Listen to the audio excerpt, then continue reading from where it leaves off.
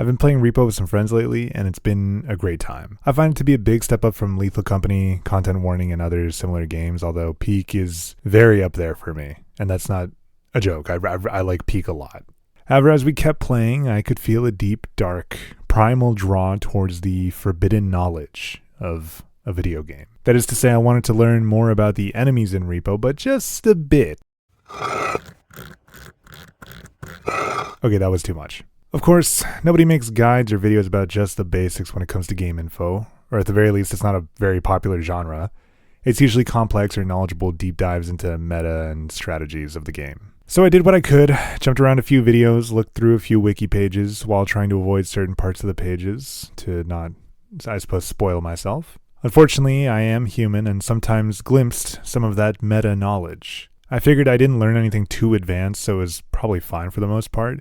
However, when I played Repo again, I realized it was pretty difficult for me to tune out the urge to break down all enemy behavior we encountered in that session. The Loom, for example, is a pretty scary enemy, but I learned more about its behavior and strats to deal with it, and I couldn't stop myself from abusing that at least a little bit. Trudge is another monster in the game. I'd never even personally had an encounter with Trudge yet. Despite that, it basically became a nuisance for me in most situations because I, once again, knew its behavior and knew strategies to deal with it. I get that some of these things I've learned from videos and guides aren't that difficult to find out yourself, but I'd argue for myself, at least, knowing for a fact your strategy is quote-unquote the correct way to deal with it is less fun than exploding because I wanted to experiment with how the monsters worked. That's kind of when I understood that a lot of the enjoyment I got out of the game was when I made assumptions and guesses based on what I had personally experienced.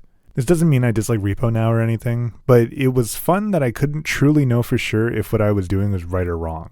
For a while, I didn't even realize monsters could hear the in-game voice chat, which I made great use of for yelling at people until a monster would come along and shoot me. I was going to make an abstract comparison that included Street Fighter and basketball in this, but I omitted those because holy shit, I can't explain anything I want. When you gain a bunch of knowledge in something and practice it, you become pretty good at that thing.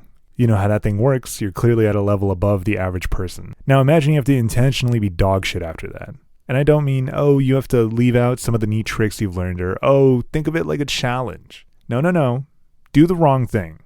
You know exactly what does and does not work. You pick the wrong option. You have to do that. That's similar to how I feel in this topic.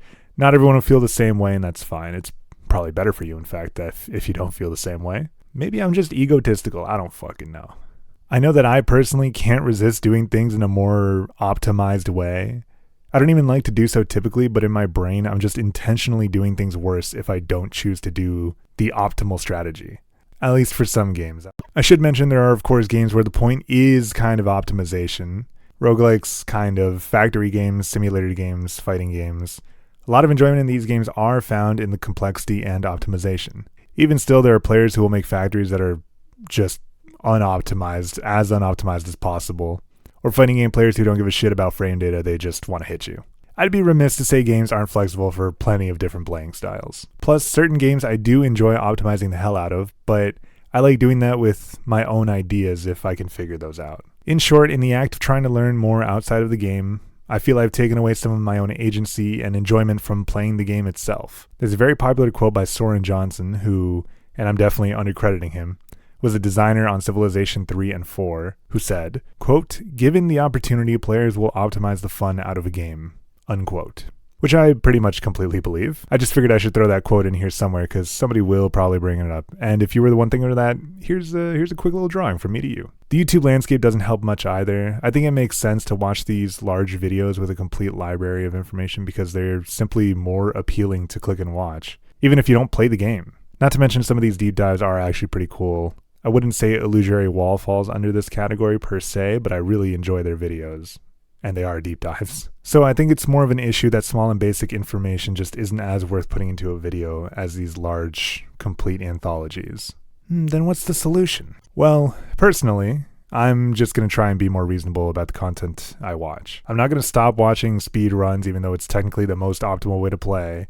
And I'm not going to stop watching like Yasmania's Dark Souls 2 videos because some of the builds might be broken or something, because I like it. It's fun. And he usually does like off-brand builds anyways, so I don't. My point is, maybe I'll learn a little something here and there from these types of videos, but not enough to detract from the game I'm playing. Trying to arbitrarily draw a hard line in the sand here is missing the point somewhat.